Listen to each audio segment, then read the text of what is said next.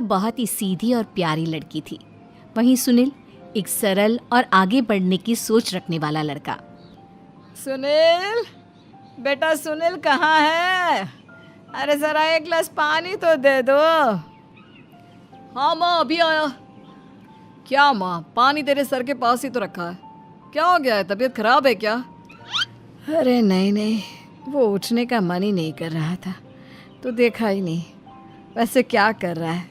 यहाँ बैठ ना मेरे पास। माँ पढ़ रहा था। वो क्या है ना, नौकरी में तो वक्त नहीं मिलता, अब ऑफिस से घर आकर ही तो वक्त मिलता है। अच्छा अच्छा ठीक है, पढ़ ले जा बेटा। सुनील पढ़ लिख कर और आगे बढ़ना चाहता था, लेकिन माँ की तबीयत खराब देखकर सोचता है कि शादी ही कर ले। कब तक माँ का ख्याल वो अकेले रख पाएगा? तो एक दिन, माँ ये ममता है, मैंने इससे शादी कर ली है। तुम्हारी तबीयत भी ठीक नहीं रहती, तो मैंने सोचा शादी कर लेता हूँ। घर संभालने वाली और तुम्हें संभालने वाली कोई आ जाएगी तो अच्छा रहेगा। माँ अचानक से सामने बहू देखकर हैरान रह जाती है। बेटा ये क्या बात होती है? न बैंड, न बाजा, न दहेज, न शगुन, ऐसा कैसे बहू आ गई? माँ तू तो जानती है, मैं नौकरी के साथ पढ़ाई कर रहा हूँ, तो कहाँ से इतना पैसा बचा पाता कि धूमधाम से शादी करता। वैसे भी माँ, लोग तो आकर खाकर निकल जाएंगे, इसलिए बस वैसे ही। माँ जी, मैं आपका ख्याल रखूंगी। वैसे भी ये आगे की पढ़ाई कर रहे हैं, अच्छा कुछ कर गए तो सबके दिन फिर से अच्छे आ जाएंगे। सास को ममता की बात ठीक तो लगती है, लेकिन मन में कहीं ना कहीं लगता है कि कहीं बहू बेटे को लेकर फुर्र ना हो जाए और फिर तो वो रह जाएगी अकेली। बेटा देख, मेरा जो कुछ भी है वो सुनील ही है, और सुनील का भी अब इस दुनिया में मैं ही हूँ और कोई नहीं। क्या सुनील? बिल्कुल माँ, लेकिन आज से ममता भी मेरे जीवन का अहम हिस्सा है, जैसे तू है। सास को बड़ा बुरा लगता है कि उसकी सल्तनत में कोई और हिस्सेदार कैसे हो सकता है। कैसे कोई और उसके 30 साल के बेटे की जिंदगी में अचानक से आकर बराबर का हिस्सेदार बन सकता है। देख बहू, मैं भले थोड़ा बीमार रहती हूँ, लेकिन इसका मतलब यह नहीं कि घर की चीज़ों में मेरा कंट्रोल खत्म हो गया है। मैं आज भी इस घर की रानी हूँ, समझी? बेटा सोचता है कि ये माँ को अचानक से क्या हो गया। कल तक जो माँ कहती थी कि जिंदगी का कोई भरोसा नहीं, वो अचानक से जंग के मैदान की झांसी की रानी कैसे बन गई? माँ क्या हो गया है? सब ठीक है ना? अचानक कैसी बात कर रही हो? ममता का आज पहला दिन है, स्वागत करो उसका। आसपास की आंटियों को बुलाओ, नई दुल्हन की मुंह दिखाए करवाओ। खैर, सास होने का फर्ज निभाती है और बाद में एक सहेली के साथ बाहर निकल जाती है। क्यों री बताया नहीं कि बेटे का ब्याह कर रही हो? वैसे तो सारा दिन हम ही में घुसी रहती हो। अरे मुझे भी तो अभी पता चला, यूँ अचानक सर पर लेकर आ गया। कहता है बहू है माँ तुम्हारी, अब इसको भी इतना ही मैं प्यार करता हूँ जितना तुझे करता हूँ। लो जी, ये क्या बात होगी? क्यों इतना प्यार करता है? अरे माँ का प्यार तो ज़्यादा होता है। अब उसको तो कोई दूसरा पति मिल सकता है, लेकिन तुम ही बताओ, क्या माँ की ममता किसी और की हो सकती है? ना जी ना, बेटे को समझाओ ये बात। अरे क्या समझाऊं, मुझे तो खुद ही समझ में नहीं आ रहा कि क्या हो रहा है। जो बेटा कल तक माँ माँ करता था, अचानक से बीवी बीवी का राग आलाप रहा है। देखा, उसकी बीवी ना सुंदर और जवान है। सुंदरता के आगे तो एक से एक नहीं टिके, तो तेरा बेटा किस खेत की मूली है? सास को भी समझ में आ जाता है कि बहू की सुंदरता के आगे माँ का प्यार किसी काम का नहीं। उधर बीवी, ए जी, अम्मा जी सहेलियों को छोड़ने गई थी, अभी तक आई नहीं, हम देख आए क्या? अरे रहने दो ना, आ जाएंगी। कहाँ जाएगी, उनकी आदत है, एक बार जाती है तो पूरी पंचायत खत्म करके ही आती है। अच्छा ही है, खाना वाना खा कर गई होगी। छोड़ो ना, घूमेगी तो खाना पचेगा, नहीं तो ऐसे ही खाट पकड़ लेगी। बहू भी शांत हो जाती है। उधर सास सोचती है कि आज थोड़ा देर से ही घर जाती हूँ, जब बेटा परेशान होकर ढूंढेगा तब मजा आएगा। बीवी को खुद ही पता चल जाएगा कि माँ के आगे उसकी दाल नहीं गलेगी। लेकिन वहीं दूसरी ओर घर पर, ए जी, माँ जी अभी भी नहीं आई, हमको तो घबराहट हो रही है कि क्या करें, जाकर पता करें किसी के घर। अच्छा, कहाँ जाओगी ये भी बता दो। पहला दिन है तुम्हारा इस घर में और एक ही दिन में मोहल्ला छानोगी क्या? हाँ, तो आप भी तो नहीं जा रहे हैं ना, हमको फिक्र हो रही है। अरे यार, ये रोज का है अम्मा का, खाओ और सो जाओ। बस फिर क्या था। बेटा बहू खाना खाते हैं और कमरे में सोने चले जाते हैं। उधर जब सास को कोई देखने नहीं आता तो वो हार कर घर आ जाती है, जहाँ वो देखती है कि सारे घर की लाइट्स बंद है। सास को गुस्सा आता है, बहू, ममता बहू कहाँ हो? लेकिन सारे दिन की थकी बहू को ऐसी नींद आती है जैसे किसी ने भांग की गोली खिला दी हो। वो तो नहीं उठती। उठकर आ जाता है बेटा। अरे क्या बात है अम्मा, काहे चिल्ला रही हो? अरे सो जाओ ना, सुबह की थकी है बहू, वो सो रही है। जोर से बोलोगी तो नींद खुल जाएगी उसकी। माँ को गुस्सा आ जाता है। फिलहाल तो सो जाती है, लेकिन मन ही मन ढेर सारा जहर बहू के लिए भरा होता है। सुबह बहू चाय बना रही होती है कि सास धीरे से गैस तेज कर देती है, जिससे चाय का बर्तन जल जाता है। और जैसे ही बहू चाय का बर्तन उठाती है, उसका हाथ जल जाता है। मेरा हाथ जल गया। वो जोर जोर से चिल्लाकर इधर उधर भागती है कि सास थोड़ी देर में उसके हाथ में पानी डाल देती है। हाय रे बहू, क्या कर रही हो? पहली बार रसोई छुई हो क्या? सासू माँ गलती से गैस तेज रह गई थी और बर्तन जल गया, जिससे मेरा हाथ जल गया। हाय रे, कितना गंदा दाग। छी छी छी छी, मुझे तो उल्टी आ रही है तेरा गला हुआ मांस देखकर। तू ना मुझे अभी साथ से खाना मत लगाना। बहू भी खुद का हाथ देखती है तो उसे भी रोना आ जाता है। कुछ दिनों के बाद सास की सहेली आती है, बहू चाय बनाकर लाती है। उसके जाने के बाद सहेली कहती है, बहू की सुंदरता ऐसी है कि कोई भी दीवाना हो जाए। वैसे तेरे बेटे का क्या हाल है? अरे वैसा ही है, बहू के पीछे लट्टू। क्या करूं, कुछ समझ में नहीं आ रहा।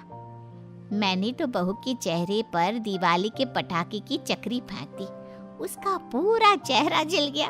अब देखो ना रही सुंदरता, और ना ही अब मेरा बेटा उसे पूछता है। अरे अब तो वो उसे छोड़कर दूसरी भी देखने को बोल गया है मुझे। बहू सारी बात सुन रही होती है। आंटी एक बात बताइए, क्या भरोसा है कि दूसरी सही आए और आपके अनुसार रहे? देखिए आंटी, मेरी सासू माँ को गलत बात सिखाने की जरूरत नहीं है। हमारा परिवार साथ में खुशी से रह रहा है। देख बहू, मेरी सहेली की बेइज्जती ना कर, वही अच्छा रहेगा तेरे लिए, समझी? बहू नहीं मानती है। वो बार बार उनकी सहेली को घर से निकल जाने को कहती है। तभी सास की सहेली पास के चूल्हे से लकड़ी लाकर बहू के चेहरे पर लगा देती है। बहू जोर जोर से रोने लगती है। अरे ये क्या कर दिया? मैंने कहाँ किया, ये तो तूने किया। तू ही नहीं चाहती थी कि बहू बेटे के साथ रहे, भला मैं क्यों करूँगी? मैं तो चली, निपटो अब। बहू रो रही होती है, दर्द से चिल्ला रही होती है, लेकिन सास उसे डॉक्टर के पास नहीं ले जाती। तभी पति आता है। क्या हो गया ममता? ये दाग कैसे लगा? तुम कैसे जली? ममता कुछ नहीं कहती, बस दर्द से करा रही होती है। पति माँ की तरफ देखता है। हो ना हो माँ, ये पक्का आपका काम है। आप ही ममता से जला करती थी ना। देखना माँ, अब पुलिस आएगी, केस बनेगा, लेकिन पहले मैं ममता को अस्पताल लेकर जा रहा हूँ। सभी अस्पताल जाते हैं, जहाँ डॉक्टर ममता की सास से कहते हैं, आपने तो नहीं जलाया ना बहू को? अब ममता की सास के तो पसीने छूट रहे होते हैं। वो घबरा कर कहती है, ना ना डॉक्टर साहब, कैसी बात करते हैं? हम क्या जलाएंगे अपनी बहू को? डॉक्टर ममता के पति से पूछते हैं। देखिए, क्योंकि ये ससुराल में जली है तो मामला पुलिस का बनता है, तो आप पहले पुलिस को बुलाइए, तभी इलाज पूरा होगा। सास डर जाती है कि अब तो बच्ची जिंदगी जेल में ही रहना होगा। रहने दीजिए ना, पुलिस को क्यों बुलाना? सारी हंसी खत्म हो जाएगी जब पुलिस के डंडे पड़ेंगे। बहू को जलाना भले ही बहुत आसान हो, लेकिन उसके बाद सारी जिंदगी जेल की हवा खाना। सास डर जाती है। पुलिस आती है। पास लेटी दर्द से करा रही ममता स्टेटमेंट देती है। तो क्या हुआ था? कैसे जली आप? ममता पास खड़ी सास को देखती है। बेटी बताओ, कैसे जल गई तुम? ओए, काका का किरण वाली शाहरुख, चुप, बिल्कुल चुप। सास चुप। सभी इंतजार करते हैं कि ममता क्या बोलेगी। जी मैं खाना बना रही थी, लकड़ी उड़कर मेरे ऊपर गिर गई और मैं जल गई। सास बहू की बात सुनकर रोने लगती है। देखा माँ, कितनी समझदार है ममता। ये चाहती तो, हाँ बेटा, ये चाहती तो मैं आज जेल में होती। मुझे माफ कर दे, मैं आगे से अभी कभी ऐसा नहीं करूंगी। बहू के साथ मिलकर रहूंगी, मुझे माफ कर दे। हमेशा किस्मत ने उसकी मेहनत से ज्यादा दिया। पैदा हुआ एक बड़े घर में, मुंह में चांदी की चम्मच लेकर, और शादी भी की एक उससे भी बड़े घर में, सोने की चम्मच मुंह में लेकर। उसे मैं था, दूर से देखा तो चांद पे दाग था, पास से देखा साबुन का छाग था। ठोको ताली। अरे ऐसी शायरी करोगे तो ताली तो पता नहीं, कोई तुमको ही ठोक देगा। शायरी वो बिल्ली है जो किसी का भी रास्ता रोक दे, और क्या मैं किल हूँ जो कोई मुझे ठोक दे। मुझे तो आपसे बात ही नहीं करनी। मैं निकला था गाड़ी लेके, लेकिन दौड़ के जा रहा हूँ। मेरी शायरी कोई नहीं सुनता, मैं घर छोड़ के जा रहा हूँ। धीरे बोलिए जी, मम्मी पापा को पता चल जाएगा तो तुमको सच में तुम्हारे मायके भेज देंगे। सस्ते साबुन से मेरी कॉलर चमकी नहीं, सच में चला जाऊंगा, मेरी बात कोई धमकी नहीं। अगर शायरी ही सुनानी है तो सुनाओ, लेकिन कोई काम धंधा भी तो करो। मेरे पिताजी के पास बहुत पैसा है, तो घर जमाई बन के खा रहे हो, और कल जा रहे हो ना अपने मायके, तो आज ही चले जाओ मेरी बला से। हमें तो अपनों ने लूटा, गैरों में कहाँ दम था हमें। अरे चुप हो जाओ, तुमको मिर्जा गालिब की कसम। अरे जाना है तो जाओ, लेकिन पहले मेरे मम्मी पापा से मिलकर जाओ, वरना वो क्या सोचेंगे। लेकिन विकी अकेले ही अपनी कार लेकर अपने मायके यानी कि अपने खुद के घर पहुंच जाता है। अरे बेटा, तू अचानक, बहू कैसी है? अरे माँ, बहू तो बिल्कुल बदल गई है, मुर्गी हाथ से निकल गई है। अरे क्या हुआ बेटा? उसकी आती नहीं है, मेरी जाती नहीं है। मैं करता हूँ शायरी, उसे भाती नहीं है। मेरे पास उसका फोन आया था बेटा, सही कह रही है वो। तुमको काम करना चाहिए, तभी तो इज्जत मिलेगी। घर जमाई बनके सास ससुर के पैसों पर कब तक ऐश उड़ाते रहोगे? मेरी जिंदगी में हर तरफ से उंगली हो रही है, फोन पर मेरी चुगली हो रही है।